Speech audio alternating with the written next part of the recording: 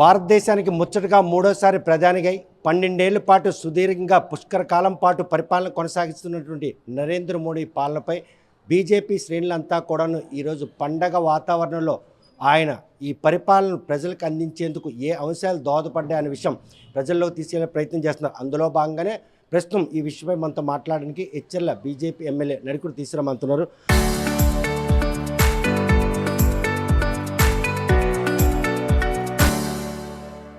12 ఏళ్ల పాటు అసలు ఆ పాలనా దక్షత అంటే ఇలా ఉండాలి, ప్రజలు ఇలానే ప్రధానమంత్రి ఎన్నుకుంటారు అనడానికి ఈ పరిపాలన ఒక తార్కాణంగా చెప్పుకోవచ్చు. ఇంకొక 3 ఏళ్ల పాటు ఉంది. ప్రపంచ దేశాల్లో అభివృద్ధి చెందిన దేశాలు చెందిన భారతదేశాన్ని నిలబెట్టాలనుకున్నట్టు నరేంద్ర మోడీ ఆకాంక్షలకు అనుగుణంగా ఈ పరిపాలన కొనసాగుతుందంటే నరేంద్ర మోడీ గారి ఆకాంక్షలు కాదండి, భారతదేశ ప్రజల ఆకాంక్షలు. 140 కోట్ల మంది ప్రజల ఆకాంక్షలకు అనుగుణంగా వాళ్ళు ఏదైతే ఆశించారో 2014లో భారతీయ జనతా పార్టీని అత్యధిక మెజార్టీతో అధికారంలోకి తీసుకొచ్చారో ఆ రోజు నుంచి ఈ రోజు వరకు కూడా ఒక సుసంపన్నమైన పాలన మనం చూస్తున్నాం. 2014లో గౌరవ ప్రధానమంత్రి నరేంద్ర మోడీ గారి అధికారంలోకి వచ్చే నాటికి భారతదేశం యొక్క ప్రపంచ స్థానంలో భారతదేశం స్థానం 10వ స్థానంలో ఉండేది. ఈరోజు 12 సంవత్సరాల్లో దాన్ని 4వ స్థానంలోకి తీసుకొచ్చారు. అంతేకాదు ఆర్థిక పరంగా కాదు, సామాజిక పరంగా కూడా మన భారతదేశంలో ఉన్నటువంటి అంటే పేదవాడి ఆకలి తీర్చాలని ప్రతి రాజకీయ పార్టీ కూడా చెప్తూ ఉంటుంది, ప్రతి రాజకీయ నాయకుడు చెప్తుంటాడు. దాన్ని ఒక నినాదంగా తీసుకెళ్లారు అందరూ ఇప్పటివరకు, స్వతంత్రం వచ్చిన నాటి నుంచి నేటి వరకు. కానీ నరేంద్ర మోడీ గారు దాన్ని అది నినాదం కాదు, పేదవాడి ఆకలి తీర్చడం అనేది ఒక ఉద్యమం చేసి భారతదేశంలోనే ఒక ఉద్యమంగా చేసి ముందుకు తీసుకెళ్ళి ఈరోజు గరీబ్ కళ్యాణ్ పేరుతో ప్రతి పేదవాడు 140 కోట్ల మంది భారతీయుల్లో ఎవ్వరూ కూడా ఆకలితో బాధపడకూడదని గరీబ్ కళ్యాణ్ పేరుతో ప్రతి పేదవాడికి కూడా ఆహార ధాన్యాలు అందిస్తున్నారు.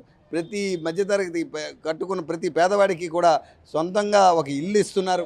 ప్రతి ఇంటికి కూడా ఒక కుళాయి ఇస్తున్నారు. ప్రతి ఇంట్లో కూడా ఒక సొంతంగా మహిళలకి ఒక గౌరవప్రదమైన జీవన విధానం కోసం వారికి టాయిలెట్ ఇస్తున్నారు. అన్ని రకాలుగా కూడా పేదవాడికి మాటలతో కాదు చేతలతో చూపించినటువంటి నాయకుడు మన ప్రధానమంత్రి నరేంద్ర మోడీ గారు. అటువంటి పేదరికాన్ని హక్కును చేర్చుకొని పేదరిక నిర్మూలన కోసం ఆయన తీసుకున్నటువంటి నిర్ణయాలతో పాటు సాహసోపేతమైన పలు నిర్ణయాలు కూడా భారతదేశం తాలూకా ముఖ చిత్రం మారింది అంటే తప్పకుండా అండి. మనం చూసాం పాకిస్తాన్ భారతదేశం ఎప్పుడు కూడా యుద్ధం కశ్మీర్ కోసం యుద్ధం చేస్తూ కొన్ని లక్షల కోట్ల రూపాయలు దేశం ఆర్థిక సంపద పోయేది, లక్షల మంది చనిపోయేవారు, వాళ్ళ ప్రాణాలు పోయేవి.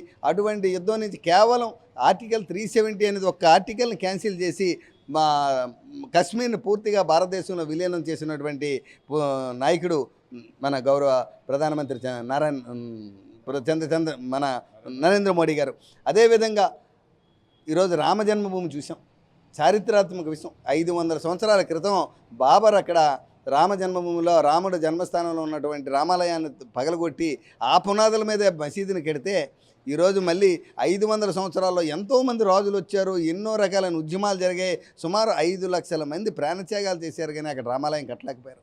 ఈరోజు మళ్ళీ ప్రధానమంత్రి నరేంద్ర మోడీ గారు సుప్రీంకోర్టు ద్వారా ఒక ఆర్డర్ తీసుకొచ్చి రామ జన్మస్థానంలో రామాలయమే ఉండాలని ఒక ఆర్డర్ తీసుకొచ్చి ఆర్డర్ ద్వారా ఈరోజు ఒక ఆర్డర్ తీసుకురావడమే కాదు, అక్కడ ఇమీడియట్గా కూడా రామాలయాన్ని నిర్మించి ప్రపంచవ్యాప్తంగా ఎక్కడా లేనటువంటి రామాలయాన్ని అక్కడ నిర్మించి ఈరోజు భారతీయులందరికీ కూడా సంతోషాన్ని నింపినటువంటి నాయకుడు.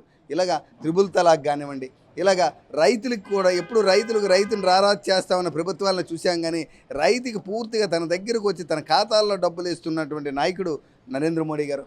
ఈరోజు యూరియా బస్తా 2400 రూపాయలకి బయట దేశాల నుంచి కొని దిగుమతి చేసుకొని కేవలం రైతన్నకి 270 రూపాయలకే రైతన్నకి ఇస్తున్నట్టు, సబ్సిడీ మీద 270 రూపాయలకి ఇస్తున్నటువంటి ప్రభుత్వాన్ని మనం చూస్తున్నాం. 12 ఏళ్ల పాలనలోనే 4వ స్థానాన్ని భారతదేశం తీసుకెళ్లినటువంటి ఘనతార్జించిన నరేంద్ర మోడీ మరో 3 ఏళ్ళు పాలన మిగిలిన నేపథ్యంలో భారతదేశం తాలూకా ఆర్థిక పరిస్థితితో పాటు పేదరిక నిర్మూలనకి ఆయన తీసుకోబోయే నిర్ణయాలు ఇంకా దోహదపడే అవకాశం లేకపోలేదంటే ఉన్నాయండి. ఆల్రెడీ ఇప్పటికీ ఈరోజు భారతదేశం ఒకప్పుడు అప్పులు చేసే భారతదేశం ఈరోజు ఆర్థిక పరిపుష్టి సాధించింది. 10వ స్థానంలో ఉన్న భారతదేశం ఆర్థిక పరంగా ఈరోజు ప్రపంచంలో ఉన్న 4వ స్థానం తీసుకొచ్చిందంటే గౌరవ ప్రధానమంత్రి నరేంద్ర మోడీ గారి సాహసోపేతమైన నిర్ణయాలు. జీఎస్టీ ఒకటి ఉదాహరణ.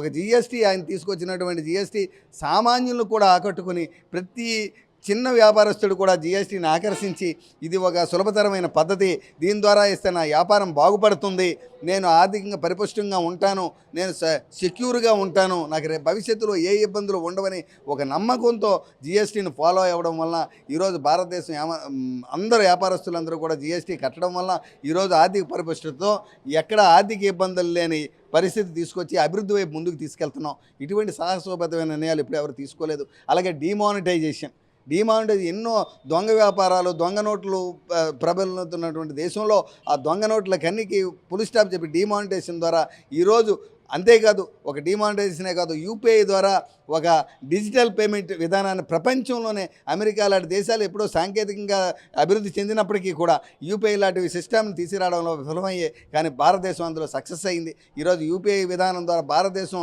ప్రపంచాన్ని ఆకర్షించింది. ఈ విధంగా అన్ని రకాలుగా ఆర్థిక సంస్కరణలు కూడా తీసుకొచ్చి సామాజిక పరంగానే కాదు ఆర్థిక సంస్కరణలు తీసుకురావడం వల్ల ఈరోజు భారతదేశం 10వ స్థానం నుంచి 4వ స్థానం తీసుకొచ్చింది. ఈరోజు నరేంద్ర మోడీ గారి కళ వికసిత భారత్. స్వతంత్రం 1947లో వచ్చింది. 2047 నాటికైనా ఈ భారతదేశం అభివృద్ధి చెందిన దేశం అవ్వాలి. ఇప్పటికీ అభివృద్ధి చెందుతున్న దేశం అని చెప్తున్నారు. 2047 నాటికల్లా అభివృద్ధి చెందిన దేశం అవ్వాలని 140 కోట్ల మంది భారతీయులకి ఆయన ఇచ్చినటువంటి లక్ష్యం పేరే వికసిత భారత్. ఆ వికసిత భారత్ వైపు అందరమీ కూడా, ప్రతి భారతీయుడు కూడా ఇందులో భాగస్వామ్యం ముందుకు తీసుకెళ్లాలనేది ఆయన ఆలోచన. తప్పకుండా 2047 వరకు అక్కర్లేదు, మీరు చెప్తున్నట్టు మనం అందరం భారతీయులందరం ఇందులో భాగస్వామ్యం పాలు పంచుకుంటే తప్పకుండా నరేంద్ర మోడీ గారి హయాంలోనే మనం వికసిత భారత్ని చూస్తాం.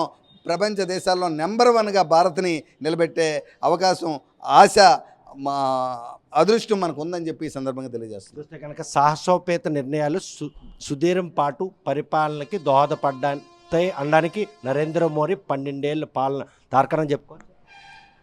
ఖచ్చితంగా ఏదైతే 12 సంవత్సరాల పరిపాలన, అంతకుముందు జరిగినటువంటి పరిపాలన ఒకసారి బేరేజ్ వేసుకునేటప్పుడు అంతర్జాతీయ ఇండెక్స్లు సైతం ఏ అంశంలో తీసుకున్నా సరే కనీసం 2 రెట్ల నుండి అత్యధికంగా 12 రెట్ల స్థాయిలో అభివృద్ధి సూచిస్తున్నటువంటి అంతర్జాతీయ సూచీలు, నేను దేశీయ సూచీల గురించి కూడా మాట్లాడట్లేదు.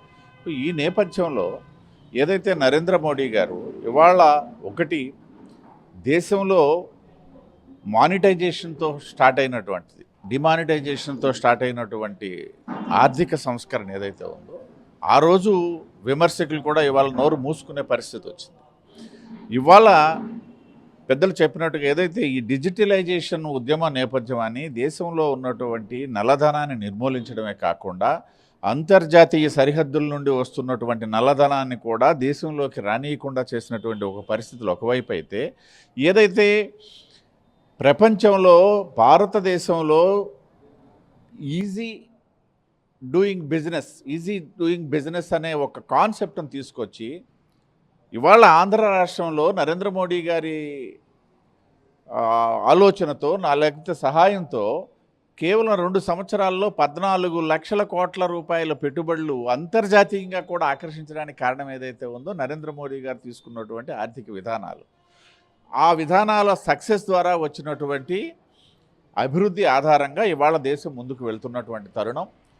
నరేంద్ర మోడీ గారు 2047 వికసిత భారత్ అనేటువంటి ఆలోచనతో తీసుకెళ్తున్నప్పటికి కూడా అంతకంటే ముందే సాధ్యపడే పరిస్థితుల్లో ఇవాళ ఉన్నటువంటి, ప్రత్యేకించి చెప్పదలిచింది ఏంటంటే 2 యుద్ధాలు ప్రపంచ దేశాల తాలూకా ఆర్థిక వ్యవస్థల్ని అతలాకుతలం చేసినప్పటికి కూడా గడిచిన 2.5 సంవత్సరాలుగా భారతదేశం తాలూకా ఆర్థిక వ్యవస్థ చిన్నాభిన్నం కాకుండా కాపాడమే కాకుండా అభివృద్ధి సూచీలో కూడా దిగజారకుండా చూసినటువంటి ఘనత ప్రధానమంత్రి నరేంద్ర మోడీ గారిది, వారి మంత్రివర్గానికి, వారి ప్రభుత్వానికి. గత 12 ఏళ్ళు వెనక్కి వెళ్తే ట్యాక్స్ ప్లేయర్స్ అందరూ కూడా ఎస్కేపింగ్ మోడ్లో ఉండాలి, కానీ ఈ 12 ఏళ్ళలో పన్నులు చెల్లించడానికి స్వచ్ఛందంగా ముందుకొచ్చే పరిణామం ఏ విధంగా తీసు డిజిటల్ ఇండియా వల్ల సాధ్యమైందే, లేకపోతే డిమానిటైజేషన్ నోట్ల రద్దు వల్ల సాధ్యపడింది? ఈ 2 కారణాలుతో పాటు నరేంద్ర మోడీ గారు తీసుకున్నటువంటి ఇతర అన్ని కారణాలు కూడా దానికి కారణాలు. ఎందుకనిసంటే ఒకప్పుడు పన్ను ఎగ్గొడితే ఆ రోజుల్లో ఉన్నటువంటి పనిష్మెంట్స్ కూడా ఉదాసీనంగా ఉన్నటువంటి నేపథ్యం నుండి ఇవాళ పన్ను ఎగ్గొట్టాల్సిన అవసరం లేనటువంటి మానసిక స్థితికి ఇవాళ వ్యాపారస్తులు వచ్చారు దేశంలో. ఎగ్గొట్టాల్సిన అవసరమే లేదన్నటువంటి స్థితికి. ఎందుకు అనేసి అంటే పారదర్శకత. ఒకప్పుడు ట్యాక్సీ డిపార్ట్మెంట్ నుండి ఎవరైనా ఒక స్టోర్కి కనుక వచ్చినట్లయితే తాళాలు వేసుకుని బయటికి వెళ్ళే పరిస్థితి నుండి ఇవాళ వాళ్ళని స్వాగతించి చక్కగా రికార్డులు అప్పచెప్పి స్వచ్ఛందంగా అప్పచెప్పి హ్యాపీగా బిజినెస్ చేసుకుంటున్నటువంటి వ్యాపారస్తులు ఉన్నటువంటి దేశంగా ఇవాళ మనం అభివృద్ధి సాధించాం. ఇంకో 3 ఏళ్ల పాటు పాలన ఆయన హయాంలో కొనసాగనుంది. ఆయన అనుకున్నటువంటి 2047 అన్నది ఆయన ఈ 3 ఏళ్ళలో సాధిస్తారంటే 2019లో రెండవ పర్యాయం వచ్చినప్పుడే వారు 2047 వికసిత భారత్ అంశాన్ని తీసుకున్నారు. అంటే ఆ దిశగా దేశం తాలూకా అభివృద్ధి, ఆర్థిక వ్యవస్థ పరుగులు ప్రారంభమైనటువంటి తరుణంలో ఇవాళ కూడా ఆ దశని దాటి ఇవాళ దరిదాపులకు వెళ్ళినటువంటి ఏదైతే రాబోయే రోజుల్లో 3వ అతిపెద్ద ఆర్థిక వ్యవస్థగా మారబోతున్నటువంటి తరుణంలో ఒక టార్గెట్ అయితే 2047 ఇచ్చారు. కానీ దేశంలో ఉన్నటువంటి లేకపోతే అంతర్జాతీయ ఆర్థిక శాస్త్రవేత్తల ఆలోచనలు ఇంకా ముందుగానే ఆ స్థితి భారతదేశం అధిగమిస్తుందని చెప్పేసి ఆలోచనలో ఉన్నటువంటి నేపథ్యం. 12 ఏళ్ళ ఆయన సుదీర్ఘ పాలనలో భారతదేశాన్ని ప్రపంచ దేశాల్లో 4వ స్థానంలో నిలబెట్టేందుకు దోహదపడి ప్రతి తీసుకున్నటువంటి సాహసోపేత నిర్ణయం ఆయన సుదీర్ఘ పాలనకు మాత్రం అద్దం పడుతుంది. ఆర్థిక పరిపుష్టితో పాటు ప్రపంచ దేశాల చెంతన భారతదేశాన్ని నిలబెట్టాలని 2047 నినాదంతో చేస్తున్నటువంటి ఈ ప్రయత్నంలో వికసిత భారతదేశం ఆయన హయాంలోనే సాధ్యపడుతుంది అన్నటువంటి ఆశాభావం వ్యక్తం చేస్తున్నారు. ఆయన నిర్ణయాలు కట్టుబడి ప్రతి భారతదేశ పౌరుడు కూడాను ఆయన అడుగుజాడలో నడిచి భారతదేశం ఖ్యాతి ఇనుమడం చేసేందుకు ఆయన పరిపాలన అడుగేయాలని పిలుపునిస్తారు. మరి ఈ విషయంలో నరేంద్ర మోడీ ఆశయానికి అనుగుణంగా భారతదేశం 2047 కంటే ముందే వికసిత భారత్గా వికసిస్తుందా లేదా అనే విషయం వేచి చూడాల్సిందే. వీడియో జర్నలిస్ట్ రామకృష్ణతో సత్యం, RTV శ్రీకాకుళం.